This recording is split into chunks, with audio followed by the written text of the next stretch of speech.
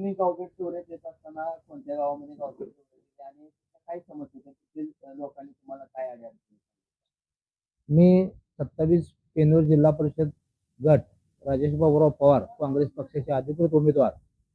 मी आज 2-3 गावांना भेटी दिल्या आणि त्यामध्ये प्रामुख्याने शेजबाबुळगाव तालुका मोहोळ या गावामध्ये मी गेलो. त्या लोकांनी आमच्या गावामध्ये सिमेंट रस्ता आणि पाण्याची सोय करावी, कारण आमचा हा या गावामध्ये थोडं पाण्याची कमतरता आहे. एका वाड्या वस्तीवर आम्ही गेल्यानंतर त्या लोकांनी आम्हाला सांगितलं, आम्हाला एक सिमेंट काँक्रीटचा रस्ता आणि हे निवडून आल्यानंतर आम्हाला द्या, आम्ही तुमच्या पाठीशी खंबीरपणे उभं राहतो, असं त्यांनी आश्वासन दिलं. परत भीमा टाकळी सिकंदर या गावामध्ये आलो. तिथं प्रमुख लोकांच्या गाठीभेटी घेतल्या. तरुणांना काँग्रेस पक्षाने जी काही कामं केलीत आजपर्यंत, राहुल गांधीचं जी सध्याची क्रेज आहे, आदरणीय प्रणिता शिंदेची जी क्रेज आहे, त्या युवकाने आम्हाला बोलून दाखवलं की आम्ही जरी तरुण असलो, पूर्वीचं आम्ही चुकीच्या पद्धतीने मतदान केलं, परंतु आता आम्हाला अनुभव आलाय की काँग्रेसशिवाय पर्याय नाही, अशा पद्धतीचं मतदारातून बोललं जात आहे. आणि त्याने आम्हाला स्पष्ट सांगितलंय की आम्ही काँग्रेसच्या पाठीमागे भक्कमपणे उभं राहू आणि तुम्हाला जास्तीत जास्त मतदान करू, एवढंच या निमित्तानं त्यांनी सांगितलं. मतदारांची पोहोचत असताना काही विधीच्या बाबतीत किंवा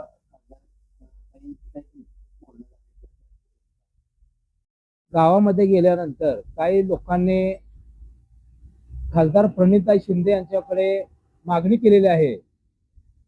खासदार फंड असेल किंवा डीपीसीचा फंड असेल, त्या माध्यमातून आमच्या गावामध्ये सिमेंट काँक्रीटचे रस्ते, प्युअर ब्लॉक, समाज मंदिर अशा पद्धतीचं काम प्रणिताईच्या माध्यमातून आम्हाला करून द्या, असं मतदारांनी आम्हाला आवाहन केलं आहे आणि आम्ही ते प्रणिताईच्या माध्यमातून सोडण्याचा प्रयत्न करू. आणखी कुठल्या गावांची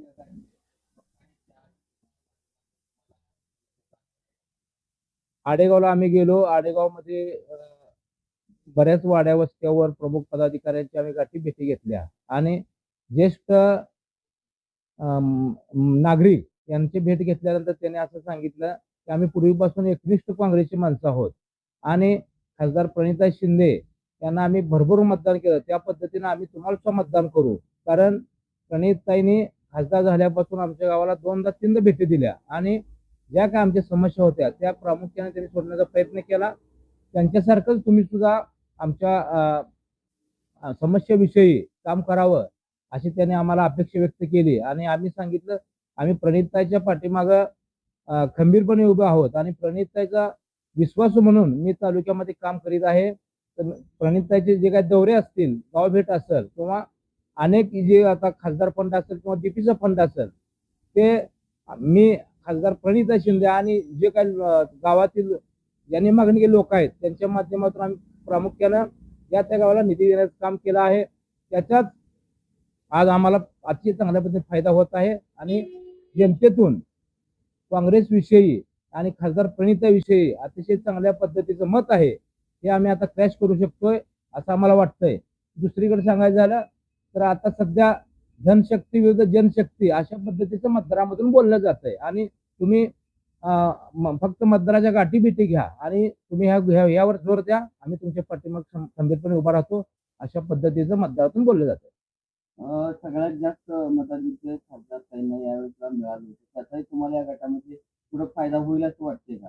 100%. कारण प्रणिताईंची मोहोळ तालुक्यामध्ये एवढी मोठी क्रेज आहे की युवक असतील, सामान्य नागरिक असतील, दीनदलित असतील, ज्येष्ठ असतील, महिला असतील, ते महिला असल्यामुळे महिलांमध्ये प्रचंड त्यांचं आकर्षण आहे आणि प्रणिताला ज्या पद्धतीनं पेनूर गटातून लीड मिळाला होता त्याच पद्धतीनं लीड मिळेल अशी आम्हाला अपेक्षा आहे. अजून या भागामध्ये आपल्याला काही विकास करायचे असतील, मला प्रामुख्याने सांगायचं आहे की ज्येष्ठ नागरिकाला आता सध्या बसण्याची गावामध्ये कुठेही सोय नाही, त्यांना आम्ही किटच्या माध्यमातून सोय करणार आहोत आणि काही लोकांची अशी मागणी आहे की जिल्हा परिषद शाळेमध्ये त्या शाळेच्या परिसरामध्ये बाग बगीचा करावा, जेणेकरून आमच्या मुलांना तिथलं वातावरण चांगलं होईल आणि विद्यार्थी हा चांगल्या पद्धतीनं घडेल, अशा पद्धतीची मागणी काही युवकांनी माझ्याकडे केली. काही युवकांनी जिम आमच्या गावाला जिम द्या आणि त्याही पद्धतीने त्यांनी मागणी केली. आम्ही तेही त्यांना सांगितलं की आम्हाला तुम्ही निवडून द्या, आम्हाला झेडपीत पाठवा, आम्ही प्रामुख्यानं ह्या सगळ्या तुमच्या जी मागण्या आहेत ते पूर्ण केल्याशिवाय आम्ही गप्प बसणार नाही. कारण मला काम करण्याचा फार मोठा अनुभव आहे. मी सरपंच म्हणून काम केलेलं आहे आणि त्यानंतर मी तालुका अध्यक्ष ज्यावेळेला होतो त्यावेळेला आदरणीय देशाचे गृहमंत्री शिंदे साहेब हे होते, त्यावेळेला मी तालुका अध्यक्ष होतो. त्यांच्या माध्यमातून ही मला जिल्हा परिषदचा पूर्ण अनुभव आहे. रस्त्याचा प्रश्न असेल, पाण्याचा प्रश्न असेल, विजेचा प्रश्न असेल, त्या पद्धतीनं आम्ही चांगल्या पद्धतीने कामं आजपर्यंत केलेली आहेत. यापुढे मी त्याहीपेक्षा चांगल्या पद्धतीने कामं करू आणि पेनूर गट हा खऱ्या अर्थानं मॉडेल म्हणून बनवल्याशिवाय मी राहणार नाही, एवढंच या निमित्तानं आपल्याला विनंती करतो. आमच्या असंख्य ग्राहकांना खुश खबर खुश खबर खुश खबर. मोहोळ शहरामध्ये नव्याने सुरू झालेल्या माय मोबाईल मल्टी ब्रँड शोरूम मध्ये आजच मोबाईल खरेदी करा. आमच्याकडे Samsung, Oppo, one plus, iPhone, Realme, Vivo, Motorola इत्यादी मल्टी ब्रँड मोबाईल उपलब्ध. त्याचबरोबर मोबाईल ॲक्सेसरीज, चार्जर, साऊंड बार, पॉवर बँक, कार चार्जर उपलब्ध आहे. माय मोबाईल मल्टी ब्रँड शोरूम मध्येच खरेदी करा आणि आपला आनंद द्विगुणित करा. आमचा पत्ता my mobile multi brand showroom, proprietor Shri Nandkumar Gawali, Kurul road, MSCB समोर, मोहोळ. संपर्कासाठी मोबाईल नंबर 9921 58 77 99, त्याचबरोबर 97 30 79 23 84.